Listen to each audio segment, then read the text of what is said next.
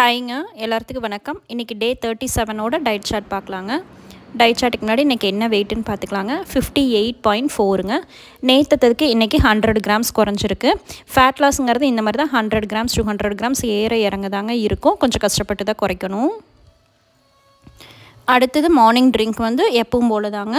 நைட்டே 1/2 லிட்டர் வாட்டரில் 1 table spoon சீரகம் வந்து நல்ல ஜீரண சக்தி அதிகப்படுத்துங்க. நம்மளோட கெட்ட கொழுப்பையும் குறைக்கிறதுக்கு உதவும்.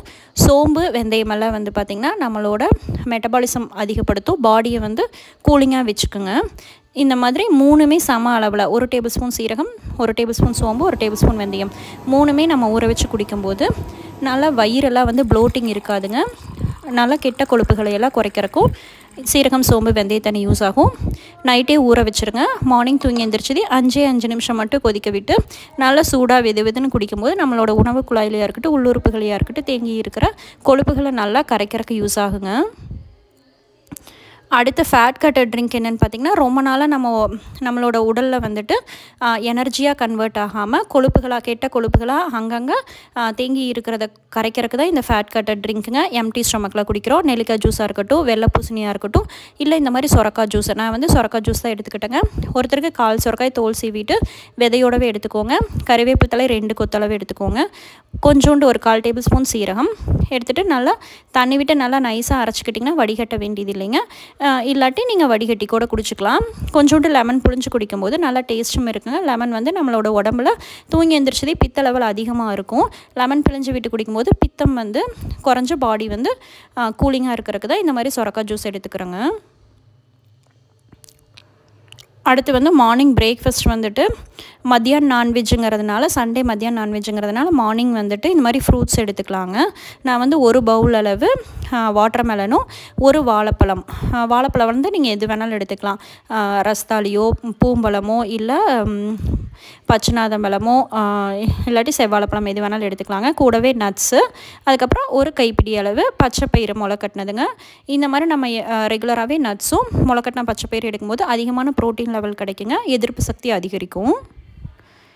அடுத்த மிட் மார்னிங் ஸ்நாக்ஸ் வந்து பார்த்திங்கன்னா இளநீ தாங்க. இளநீ வந்து நம்ம தாராளமாக இந்த வெயில் காலத்துக்கு 2 இளநீ 3 இளநீ கூட எடுத்துக்கலாம். தேங்காயும் எடுத்துக்கலாங்க. தேங்காய் வந்து நம்ம ராவாக சாப்பிடும்போது நல்ல கொலஸ்ட்ரால் தான். கெட்ட கொலஸ்ட்ராலுங்கிறது வந்து தேங்காய் வந்து அரைச்சி ஊற்றி கொதிக்க விட்டால் தான் கெட்ட கொலஸ்ட்ரால் ஆகும். அதனால் தாராளமாக தேங்காய் தண்ணியும் தேங்காயும் எடுத்துக்கலாங்க. அடுத்து லன்ச் வந்து பார்த்திங்கன்னா ஃபிஷ் தான். ஒரு 150 gram white rice, fish fry வந்து இட்லி பாத்திரத்தில் ஸ்டீம் பண்ணது 3ங்க. அதுக்கப்புறம் மீன் குழம்பு தான். மீன் குழம்பு எப்படி செய்யலான்னு பார்க்கலாங்க. நல்லா பழுத்த தக்காளியாக நான் வந்து கொஞ்சம் பெரிய தக்காளிங்கிறனால 2 தக்காளி எடுத்துக்கிட்டேன். நல்லா கைவிட்டு மசிச்சு விட்டுக்கோங்க. அதுக்கப்புறம் ஒரு பெரிய நெல்லிக்காய் சைஸ் புளியும் எடுத்து கரைச்சி நம்ம அந்த தக்காளிக்குள்ளேயே மசிச்சு வச்ச தக்காளிக்குள்ளேயே சேர்த்து வச்சுருங்க. ஃபஸ்ட்டு அந்த ப்ராசஸ் செஞ்சுட்டு அதுக்கப்புறம் ஸ்டவ் ஆன் பண்ணிவிட்டு நல்லெண்ணெய் 1 டேபிள் ஸ்பூன் விட்டுக்கோங்க. 1/2 டேபிள் ஸ்பூன் வெந்தயம், 1/2 டேபிள் ஸ்பூன் சீரகம், காரத்துக்கு 2 பச்சை மிளகாய், 2 வரமிளகாய் சேர்த்திக்கலாங்க. பச்சை மிளகாய் சேர்த்தும் போது மீன் குழம்பு நல்லா டேஸ்ட்டாக இருக்கும்.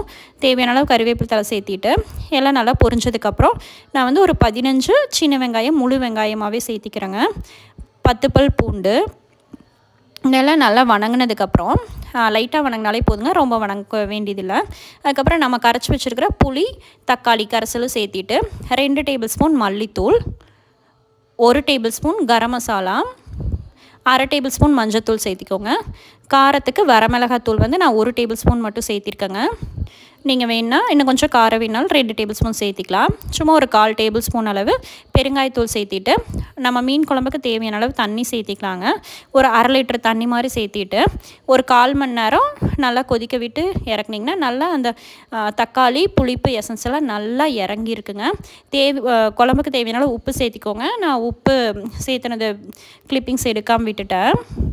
அதுக்கப்புறம் 1/4 மணி நேரம் நல்லா கொதிச்சதுக்கப்புறம் நான் வந்து மீன் துண்டுகள் வந்து புளி தண்ணியில் ஊற வச்சுருந்தேங்க. அப்போ தான் வந்து அந்த மீன்லேயும் வந்துட்டு மீன் துண்டுகள்லேயும் புளி நல்லா இறங்கியிருக்கும்.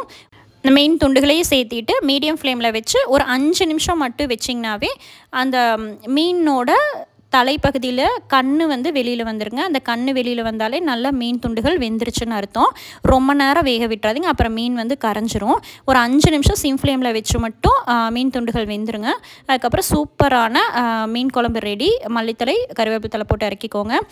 ஃபிஷ் ஃப்ரைக்கு வந்து மீன் வறுவல் வந்து நான் இட்லி பாத்திரத்தில் தண்ணி கொதிச்சதுக்கப்புறம் ஜேபி மசால் மட்டும்தான் மீன் ஃபிஷ் ஃப்ரை ஜேபி மசால் மட்டும் தடவிட்டு ஒரு 1/4 மணி நேரம் கழித்து இட்லி பாத்திரத்தில் ஸ்டீம் பண்ணி எடுத்துக்கிட்டேங்க. இந்த மாதிரி வெயிட் லாஸில் இருக்கும்போது எண்ணெயில் பொரிக்கிறத அவாய்ட் பண்ணிவிட்டு இந்த மாதிரி வேக வச்சு எடுத்துக்கோங்க. ஒரு 1/4 மணி நேரம் வேக வச்சிங்கனாவே இந்த மாதிரி லைட்டாக அந்த வெடிப்பு வந்ததுனாலே வெந்துருச்சுன்னு அர்த்தங்க. 1/4 மணி நேரம் விட்டிங்கன்னா நல்லா வெந்துடும். ஒரு துளி கூட உங்களுக்கு அந்த மசால் வந்து போகாதுங்க. ஆவியில் வேக வைக்கும்போது அப்படியே தான் இருக்கும். டேஸ்ட்டும் சூப்பராக இருங்க. லைட்டாக அந்த உப்பு பத்தாத மாதிரி மட்டும்தான் இருக்கும் எண்ணெயில் பொரிக்கிறதுக்கும் ஸ்டீம் பண்ணுறதுக்கு வித்தியாசம். மித்த உடி வந்து அந்த மசாலாலாம் அப்படியே தான் இருக்கும். செம்ம டேஸ்ட்டாக இருக்கும். இந்த மாதிரி ஸ்டீம் பண்ணி ஃபிஷ் ஃப்ரை எடுத்துக்கோங்க.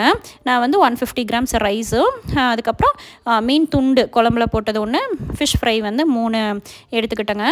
நீங்கள் இந்த மாதிரி மீன் எடுக்கிறீங்கன்னா எண்ணெயில் பொரிக்காமல் இட்லி பாத்திரத்தில் 1/4 மணி நேரம் நீங்கள் எந்த மசால் வேணாலும் நார்மலாக தடவிட்டு ஸ்டீம் பண்ணி எடுத்துக்கோங்க. அடுத்தது ஈவினிங் டீ டைமுக்கு வந்து பார்த்திங்கன்னா பிளாக் காஃபி தாங்க. எந்த காஃபி தூள் வேணாலும், கெஃபைன் கண்டென்ட் இல்லாமல் எந்த காஃபி தூள் வேணாலும் எடுத்துக்கலாங்க. அதுக்கப்புறம் இஞ்சி தட்டி போட்டு ஒரு 5 நிமிஷம் கொதிக்க விட்டதுக்கப்புறம் எந்த விதமான சுகரும் ஆட் பண்ண வேண்டாங்க. இந்த மாதிரி நம்ம பிளாக் காஃபி எடுக்கும்போது நம்மளோட ஜீரண சக்தி அதிகப்படுத்துங்க. வித்தவுட் பால் மில்க் சேர்த்தாதீங்க. சுகரும் ஆட் பண்ணாமல் இந்த மாதிரி பிளாக் காஃபி எடுத்துக்கோங்க. லெமன் 2 சொட்டு பிழிஞ்சு விட்டிங்கனாவே செம்ம டேஸ்ட்டாக இருக்குங்க. இந்த மாதிரி பிளாக் காஃபி வந்து நம்ம நான்வெஜ் எடுக்கும்போது தாராளமாக எடுத்துக்கலாம் ஈவினிங் டைமில். அடுத்த டின்னர் வந்து பார்த்திங்கன்னா ஒரே ஒரு எக் தோசை தாங்க. மார்னிங் ஃப்ரூட்ஸ் எடுத்துக்கிட்டதுனால நைட்டுக்கு வந்துட்டு ஒரே ஒரு முட்டை தோசை மட்டும்தான். நார்மலான அரிசி உளுந்து மாவில் தான் எடுத்துக்கிட்டேன். நீங்கள் வந்து ரெகுலராகவே 2 முட்டை எடுத்துக்கலாம். ஏதாவது மார்னிங்கோ இல்லை ஆஃப்டர்நூனோ இல்லை டின்னருக்கோ 2 முட்டை எடுக்கும்போது நம்மளுக்கு ப்ரோட்டீன் கிடைக்குங்க. கொஞ்சம் எனர்ஜெட்டிக்காக இருக்கும். வெயிட்டு குறைக்கிறீங்க அப்படிங்கிறதுனால சுத்தமாக எதுவுமே சாப்பிடாமல் இருந்தீங்கனாலும் எனர்ஜி இல்லாத மாதிரி இருக்கும். அதனால் முடிஞ்ச வரைக்கும் முளைக்கட்டின பச்சை பயிறு முட்டையெல்லாம் சேர்த்து எடுத்துக்கோங்க. கொஞ்சம் எனர்ஜெட்டிக்காக இருக்கும். அதுக்கப்புறம் நார்மலாக எப்பவும் போல தாங்க நைட்டுக்கு வந்து இந்த ஃபேட் கட்டர் ட்ரிங்க்கு தான். நம்மளோட பெல்லி ஃபேட்டு அடிவயிற்று சதையை குறைக்கிறதுக்கு இந்த பொடி ரொம்பவே யூஸ் ஆகுங்க. இதில் வந்து கொள்ளு, சீரகம், கருஞ்சீரகம், ஓமம், வெந்தயம் இது எல்லாமே வறுத்து அரைச்ச பொடி தாங்க. டிஸ்கிரிப்ஷனில் லிங்க் கொடுக்குறேன். என்னென்ன பொருள் எப்படி வறுத்து அரைக்கிறதுன்னு Day 7ஓட டயட் சார்ட்டில் இருக்குங்க. புதுசாக பார்க்குறவங்க செக் அவுட் பண்ணி பார்த்துக்கோங்க. ஒருத்தருக்கு 1.5 டம்ளர் தண்ணி எடுத்துகிட்டு 5 நிமிஷம் மட்டும் கொதிக்க விட்டு நல்லா சூடாக வெதுன்னு குடிக்கும்போது நம்மளோட உள்ளுறுப்புகளையாக இருக்கட்டும், உணவு குழாயிலையாகட்டும் ரொம்ப நாளாக தேங்கி இருக்கிற கொழுப்புகளையும் சரி, வயிற்றில் அடிவயிற்று சதையும் தேவையில்லாத கொழுப்புகளையும் குறைக்கிறதுக்கு யூஸ் ஆகுங்க. நைட்டு தூங்குறதுக்கு 1 மணி நேரத்துக்கு முன்னாடி இந்த ட்ரிங்க் எடுத்துக்கோங்க. சாப்பிட்டதுக்கப்புறம் 1 மணி நேரத்துக்கு அப்புறம் தூங்குறதுக்கு முன்னாடி 1 மணி நேரத்துக்கு முன்னாடி எடுத்துக்கும் போது 15 நாள்லேயே நம்மளுக்கு வந்து பெல்லி ஃபேட் குறையிற நல்லா வித்தியாசம் தெரியுங்க. அவ்வளோதாங்க. அடுத்த நாளைக்கு உண்டானது சீரக சோம்பு தண்ணி நம்ம முன்னாடி நாள் ஊற வச்சதே பகலில் ஒரு டைம் சூடு பண்ணியிருந்தீங்கன்னா அடுத்த நாளைக்கு அதுலேயே ஊற வச்சுக்கலாங்க. ரொம்ப வேஸ்ட் பண்ண வேண்டாம். அதுலேயே வந்து 1 டேபிள் ஸ்பூன் சீரகம், சோம்பு, வெந்தயம் எல்லாம் ஆட் பண்ணி வச்சுருங்க. அதுக்கப்புறம் நட்ஸு ஊற வச்சுருங்க. மறக்காமல் இந்த ப்ராசஸ் எல்லாம் செய்யும்போது தான் நம்மளோட வெயிட் லாஸுக்கு வந்து நம்மளே மோட்டிவேட் பண்ணிவிட்டு கொஞ்சம் கான்ஃபிடென்ட்டாக கொண்டுட்டு போகிற மாதிரி இருக்குங்க. நாளைக்கு பார்க்கலாங்க. தேங்க்ஸ் ஃபார் வாட்சிங். Bye by.